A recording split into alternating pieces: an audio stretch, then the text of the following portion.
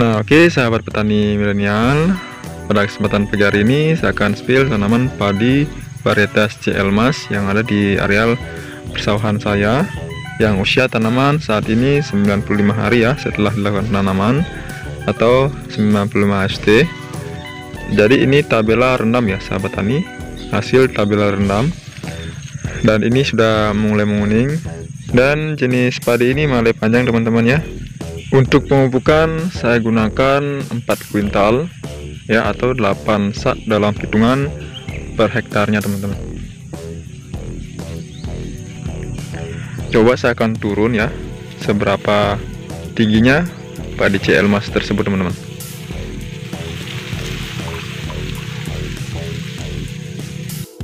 Nah, oke teman-teman, jadi ini dia ukuran atau tinggi padi varietas CL Mas ya, mencapai 162 cm, sedangkan tinggi saya 167 ya.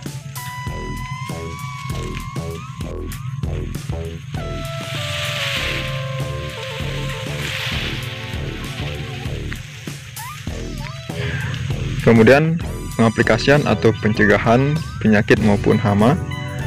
Di sini saya rutin pengaplikasian seminggu sekali ya, menggunakan fungisida dan insektisida. Apalagi saat ini sekarang musim hujan, jadi saya harus rutin menggunakan fungisida teman-teman, karena untuk pencegahan seperti blas, patah leher, kresek dan lain sebagainya teman-teman. Jadi saya akan memperlihatkan ke teman-teman petani semua ya, kondisi tanaman padi yang usia saat ini 95 ST teman-teman. Dan ini sudah mulai menguning ya. Dan kalau tidak ada halangan, seminggu lagi kita akan lakukan pemanenan teman-teman. Karena di sebelah sana ada yang sudah rebah ya, pengaruh angin dan hujan lebat waktu 2 hari yang lalu teman-teman.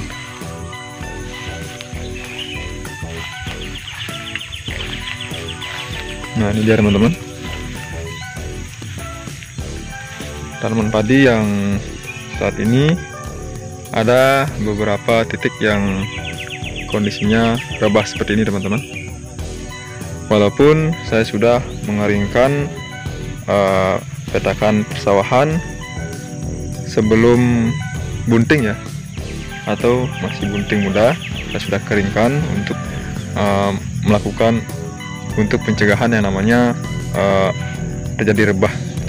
Tapi alam tidak bisa kita hindari ya, ada beberapa titik yang rebah seperti itu teman-teman ya. Kita tidak bisa memprediksi bahwa musim hujan ini 100% tidak rebah. Pasti ada beberapa padi yang rebah, namun tidak semuanya ya, tergantung dari perawatan maupun olahan lahan teman-teman.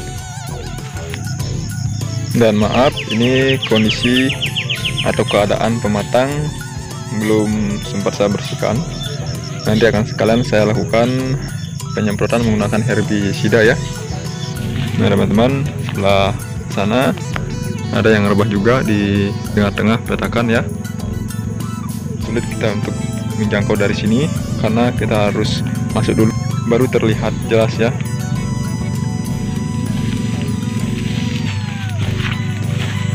Kita lihat yang sebelah sana lagi. Nah, itu dia teman-teman, ada beberapa meter ya terjadi rebah seperti itu teman-teman.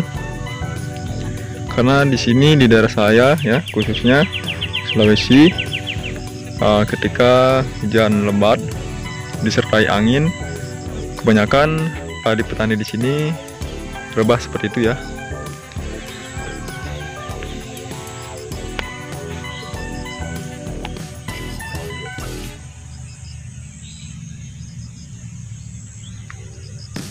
Nah, di sini untuk pemupukan ya, jenis pupuk yang saya gunakan di sini, saya gunakan pupuk urea dan Ponska teman-teman. Tidak menggunakan pupuk lain ya. Dan tambahan pengaplikasian saya gunakan NPK Mutiara yang dicairkan. Kemudian saya lakukan penyepraian atau pengaplikasian secara merata seminggu sekali, teman-teman. Jadi untuk urea saya gunakan 1,5 kuintal, dan Ponska saya gunakan 2,5 kuintal, teman-teman. Jadi saya memperbanyak di Ponska atau kandungan fosfatnya, teman-teman. Kemudian untuk kaliumnya di sini saya perbanyak melakukan pengaplikasian ya, atau menggunakan pupuk mikro seperti halnya NPK Mutiara yang dicairkan, terus MKP dan ganda silbir, teman-teman. Jadi itu untuk pupuk kalium yang saya gunakan, pupuk mikro tersebut, teman-teman, dengan sistem dispray atau dilakukan penyemprotan secara merata ya. Nah, ini juga teman-teman, ini terjadi rebah tanaman padi ya, dan ini sebenarnya ini sudah kuning ya, karena mungkin pengaruh cuaca jadi tidak rata dalam pengisiannya. Jadi ada yang kuning dan ada yang masih hijau ya, sahabat tani. Dan biasanya untuk serangan hama di sini biasanya terjadi penggulung daun ya, karena di sini sudah saya lakukan pencegahan, namun ada beberapa yang masih tersisa penggulung daunnya ya. Seperti ini contohnya, ini terdapat serangan pada daun bendera, namun sudah tidak ada ya, atau mungkin ulatnya sudah sekarat ya.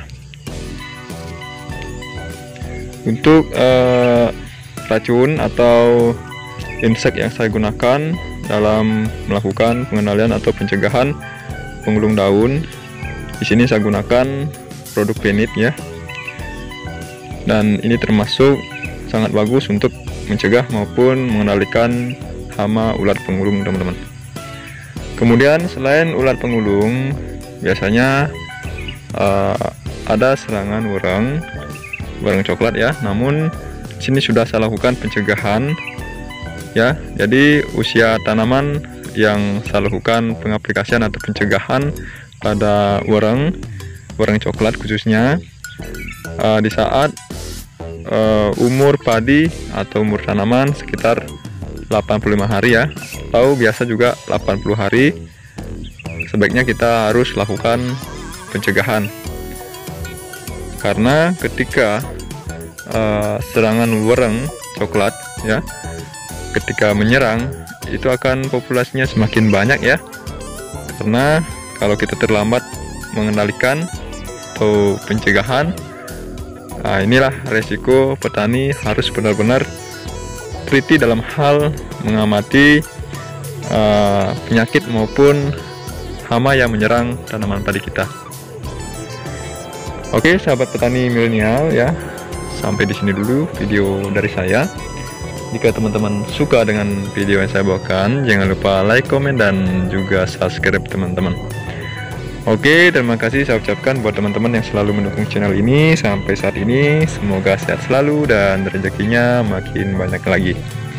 Nantikan video saya selanjutnya ya, tentang pemanenan padi varietas C. Elmas yang akan saya lakukan seminggu lagi ya.